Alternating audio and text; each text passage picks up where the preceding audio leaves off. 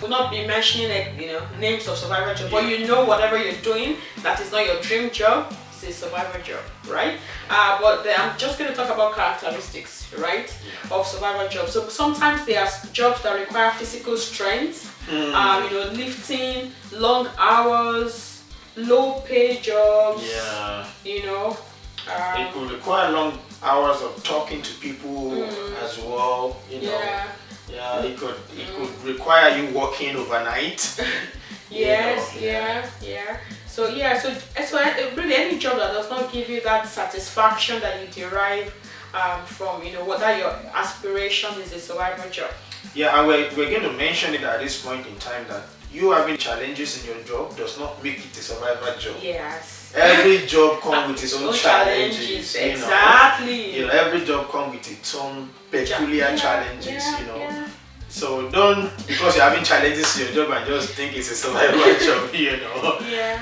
But any job that does not align with what you want for yourself or what your goals are is what we call survival jobs.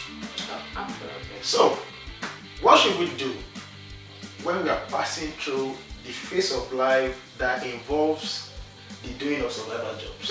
What should we do when we're in the survival mode? When we're in survival mode.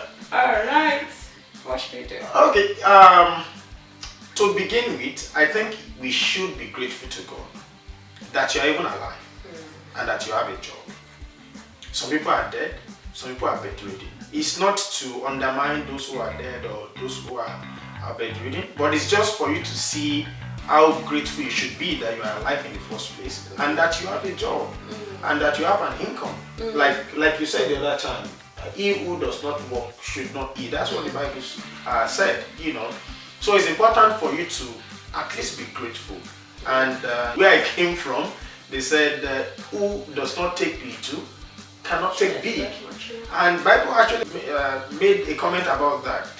He who is ungrateful in little would not have opportunity of having something big. So the first thing I think you should do in your survival mode is to be grateful that you are alive and that you have a job. Absolutely. And to add to that, it is not a crime to start small. No. The only crime is to remain It's small. to remain small. Says right? Okay, so I think another point is that you are not alone. You are not alone. Forget what people try to sell to you, maybe on social media, or people trying to downgrade you or reduce you. You are not alone. I've had my own share. And I've had mine as well. Exactly, of our survival jobs. And if you ask people and if they are honest with you, we're not saying everybody go through that phase. Not everybody, but majority actually even go through that. Like I would make bold to say that many people go through that phase of that survival, just depending on where you find yourself, what environment or country or society that you find yourself, and time as well, right? So you are not alone. Some people have gone through it in the past, some people are currently going through it, and some people will go through it in the future. So take solace in the fact that you are not alone, okay? And that's very important to know. And like she said, you don't have to do a survival job. You don't have to. Some people don't have that experience. In fact, what we are discussing will be very strange to them. But we are making this video for those who are passing through that phase now, and for those who will pass through that phase, just to understand that they are not alone. A lot of people are doing it. And one other thing that we would like to say is that there's nothing to be ashamed of. It is part of your process. And someone said the success of great people is in their story. How does that go? I'm trying to remember. I don't know, It's part of your story. It's part of your story. There's nothing to be ashamed of.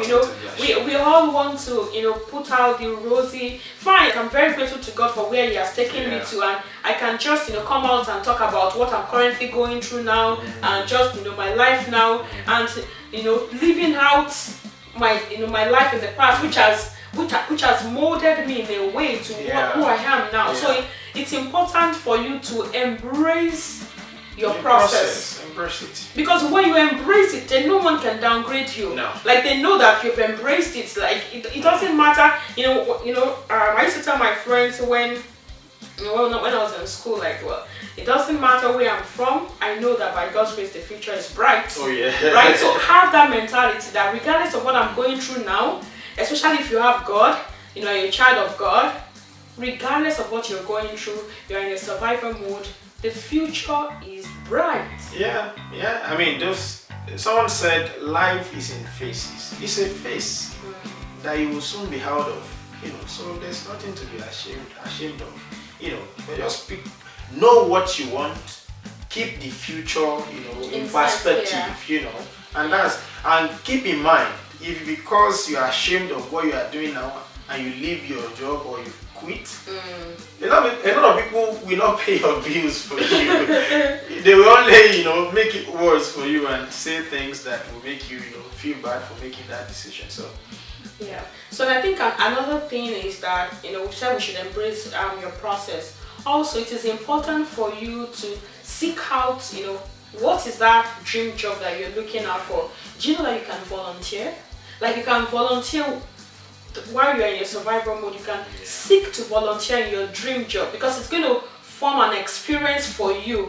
So because when you're writing an experience in your CV, or, you don't necessarily need to write, this is a volunteer experience. It's an experience, right? So you seek volunteer opportunities in that your field, that your chosen field, that field that you love to do. Seek opportunities to volunteer in that field. Yes, very important. And another thing is get mentorship. In that area that you really want to launch yourself into, get people that are established in that area. Ask them questions, seek advice. Bible said in multitude of counsel there is safety. Ask people who have done it before, who have been established in that area that you are looking into, and they will give you advice on things you should do, that can shorten your survival mode. Yes, and also sometimes it's important to evaluate, look inward. Sometimes the survival mode, what you're doing actually can give you so many skills. That's very true. That if you continue to downgrade it and look down on it, you might miss out on those, lessons or skills that you can get from that. For example, if you're doing a survival, mode that involves you talking to people, right?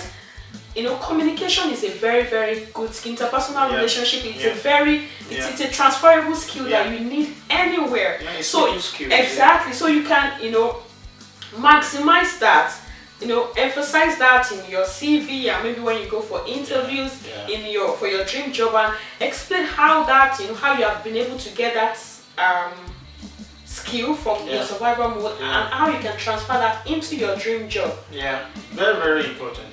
And you mentioned something about self-appraisal. I think it's that time people should sit down and ask themselves, questions. Are you even doing the survival job for the right reasons? If you are doing it for the right reason, then you will have your goal in sight. And I said that because some survival jobs can be a trap. You can be there forever. So you have to know why you are doing it, and you have to have your goal well written down, properly documented, so that you don't forget yourself.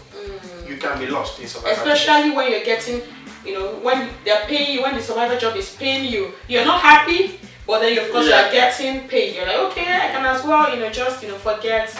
That's very important. Yeah.